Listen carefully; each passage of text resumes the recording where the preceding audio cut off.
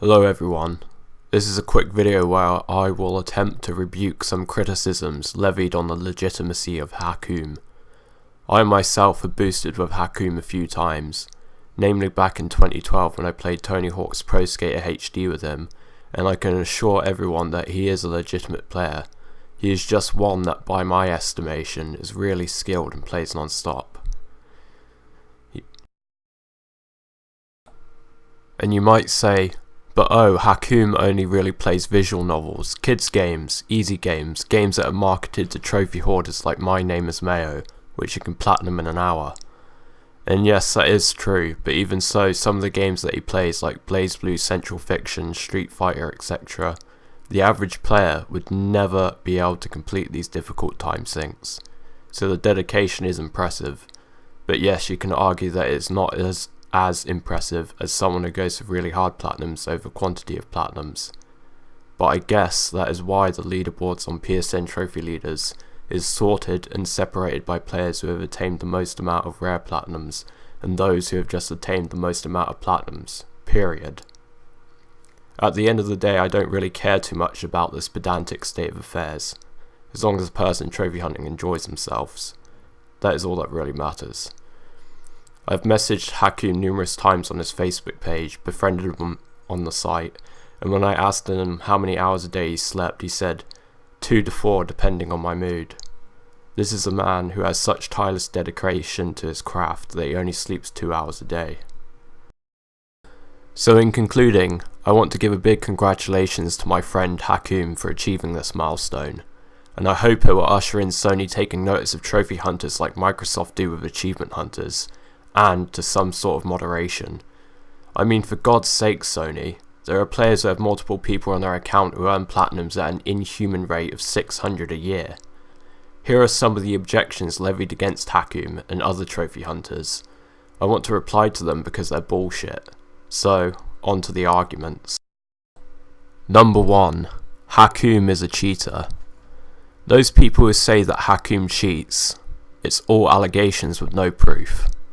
There have been countless people on PSN not banned by Sony, ones that achieved 600 platinums in a year, way above him in trophy count, but those ones are not recognised by Guinness despite how many of them there are. Doesn't this alone validate him if he is recognised and those others aren't? It's just something to think about.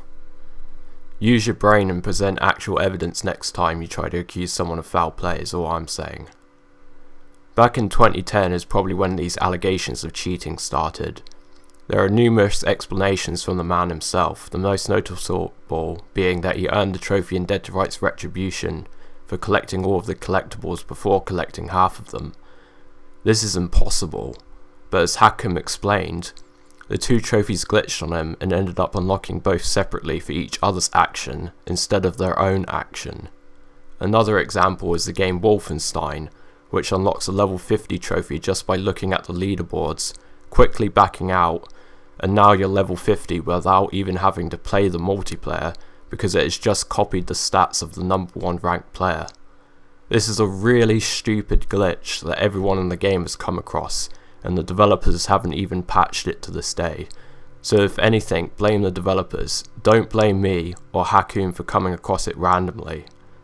There are innumerable other examples, but if you have a problem, just ask Hakoom on YouTube, or go to one of his videos where he exposes the allegations of cheating as being false. Everything should be clear. Number 2. You're wasting your life. Spend time working or supporting a family. People like to point out that people shouldn't hunt trophies for a living because it's pointless, as if it's some sort of profound revelation that is pointless when everything in life is pointless. Like, oh my god guys, did you know that nothing actually matters in the grand scheme of things? Of course everyone knows. For me that is even more reason to do something you enjoy and not adhere slavishly to some arbitrary bullshit. Do not even bring up this work argument either, about getting a job, that is somehow more important than whatever you do. Somehow more important than whatever you find fulfillment from in life. You have to understand that, like everything else in life, it's just made up rubbish, and it's meaningless. If you think work is the only thing that's important in life, you have a low IQ. You have to do what makes you happy, even if it's trophy hunting all day, because otherwise what is the point of living? You're just a slave to a system at that point, and all jobs will be replaced by machines and robots in 10 to 20 years. Employers only see you as another expendable person who can be easily replaced by hundreds of millions or billions of other people at work. They don't think you matter at all. This is the harsh truth. I just think it is the wrong way to look at life, to be a mindless slave instead of your own individual. Number 3. How did he have time to have a kid, and what kind of life is this kid going to have? First of all, I don't know whether that kid is actually biologically his, or he had it through in vitro fertilization, or some other scientific form of delivering kids. I don't know, but it doesn't matter.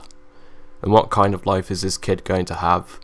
A fucking awesome one at that, if he can just play video games all day for the rest of his life. That is what everyone dreams of doing, isn't it?